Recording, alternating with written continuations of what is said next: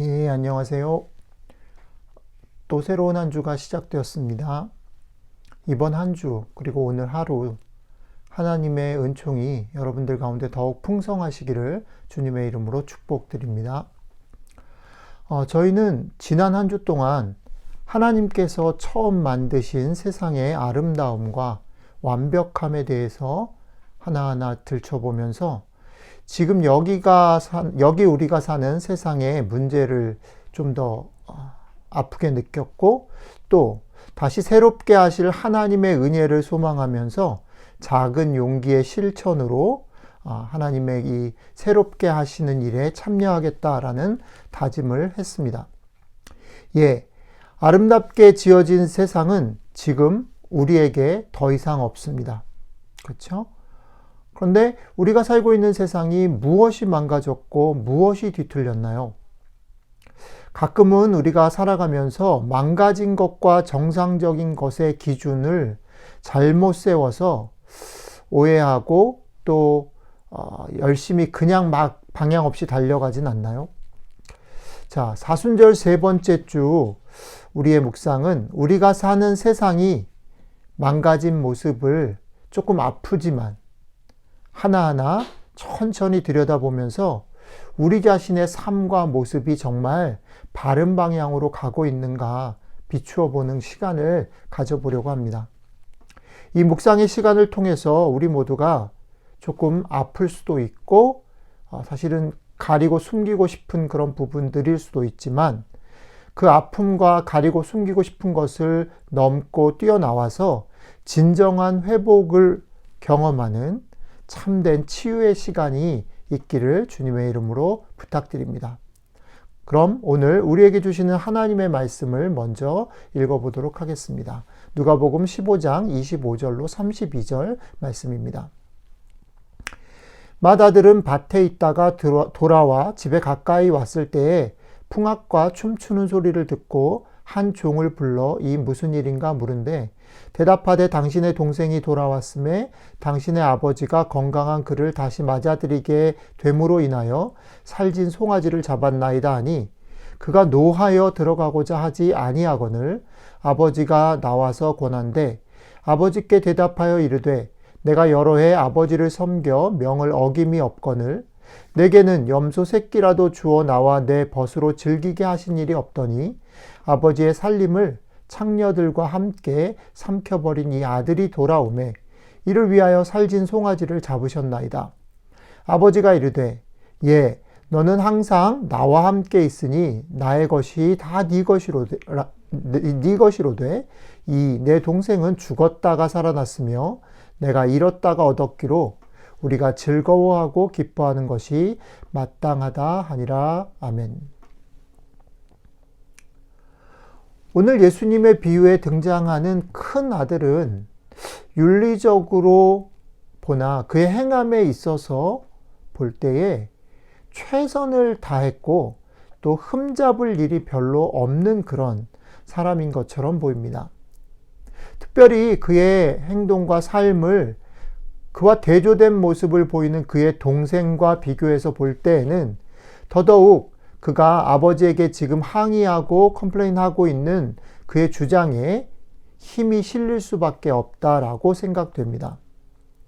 자신의 권리를 주장하여 그것을 미리 얻어내고 또 자신이 얻은 그 권리를 가지고 마음껏 누리고 즐기다가 모든 것을 잃어버리고 아버지한테로 다시 돌아온 그의 동생과는 비교할 수 없이 이 큰아들은 성실하며 또 아버지께 순종적이고 그가 하는 일에 최선의 수고를 다한 그런 사람이었습니다.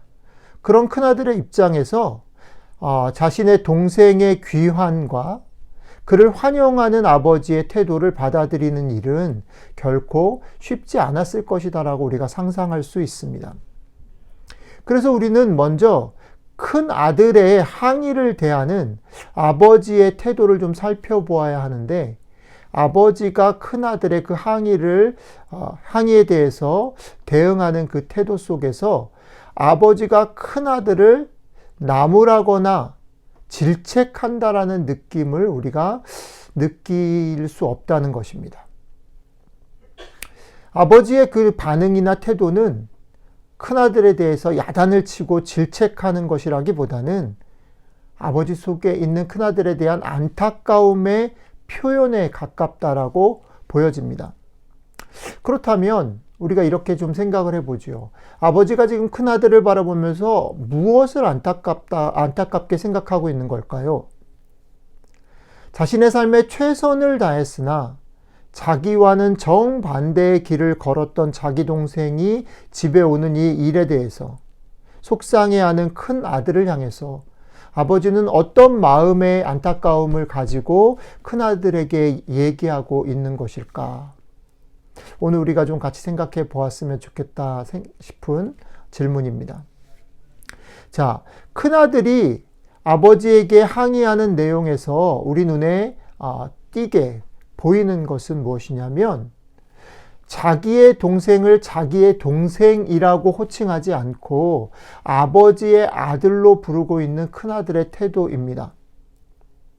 자기의 동생이 아닌 자기와 상관없는 존재로서 아버지의 다른 아들을 위해서, 그것도 자기가 볼 때, 자기의 기준과 태도로 볼 때 지극히 자격이 없어 보이는 그를 위해서 잔치를 베푸는 것은 옳지 않을 뿐 아니라 나는 그것에 동의할 수 없다라고 큰아들은 주장하고 있습니다. 자, 이에 대해서 아버지가 하는 말을 잠깐 들어볼까요? 아버지는 이렇게 말합니다. 나의 것이 다 큰아들 너의 것이며 둘째는 내 아들이기 때문에 너의 동생이다 라는 것을 아버지는 다시 얘기합니다.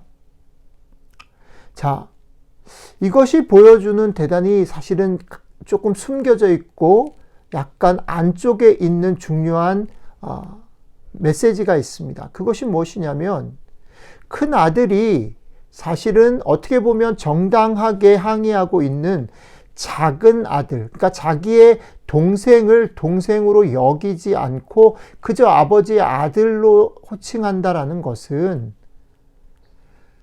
내가 이 옳지 못한 행동을 한 이 동생을 동생으로 여기지 못하겠습니다라는 말을 넘어서 그 속이 뭐냐면 저는 아버지도 아버지로 여기지 못했습니다라는 것을 드러내버린 일이라는 것입니다.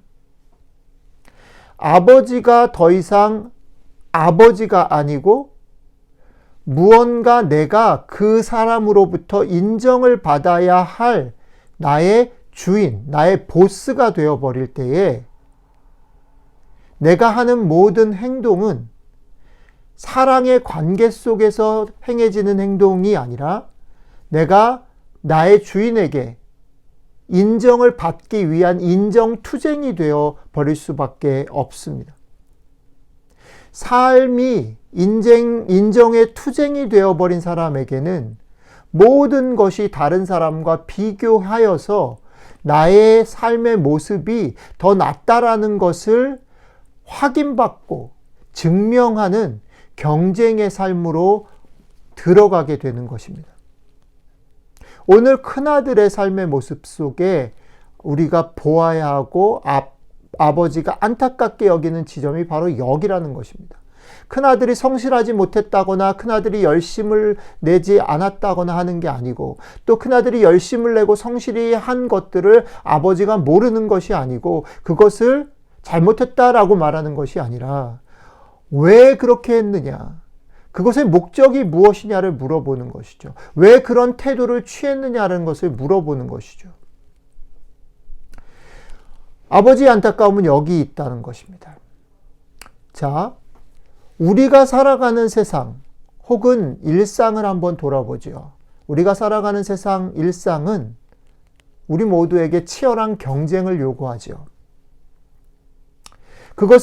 그 경쟁을 피하고 일상 속에서 우리의 삶 속에서 무언가를 이루며 살아가는 일은 거의 불가능에 가깝습니다.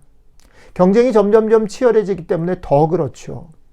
그렇기 때문에 우리는 더욱 열심히 살아야 합니다. 최선을 다해서 살아야 합니다. 열심히 내가 해야 할 일들을 하는 것, 최선을 다하는 일은 너무너무 중요합니다.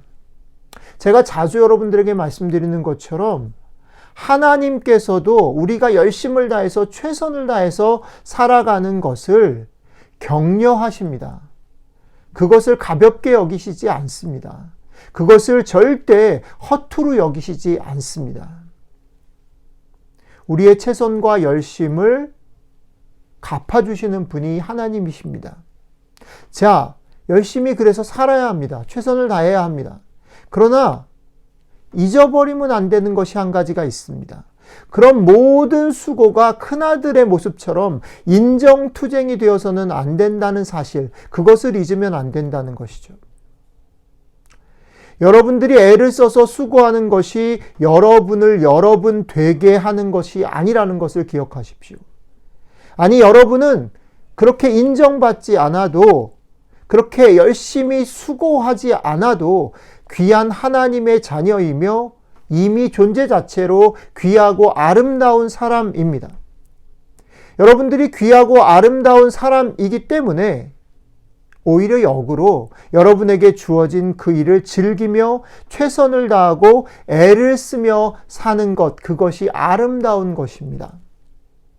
여러분들이 무언가를 만들어냈기 때문에, 성취했기 때문에, 달성했기 때문에 아름다운 사람이 아니라 아름다운 사람이기 때문에 여러분들 앞에 놓여 있는 것들, 여러분들 앞에 놓인 사람들을 사랑하고 그들과 열심히 땀 흘려 일하는 것이 아름다운 것이라는 거죠. 여러분들이 수고하고 열심히 하는 그 결과가 어떻든지와 상관없이 여러분들이 최선을 다하는 그 땀과 눈물과 기도는 아름답습니다. 여러분들의 수고와 열심으로 하나님에게 혹은 주변의 다른 사람에게 인정받으려고 혹은 인정받지 못해서 너무 낙심하지 마십시오. 한 가지 더, 시시각각 여러분들의 마음을 흔들고 불안하게 하고 두렵게 만드는 그런 속삭임과 압력들이 있을 것입니다. 그런 속삭임과 압력들이 여러분들을 누르게 될 때에 이렇게 당당히 선포하십시오. 나는 내가 어떤 모습이든지 어떤 상황이나 형편 가운데 있든지 나는 하나님의 자녀이며 나는 아름다운 사람이야.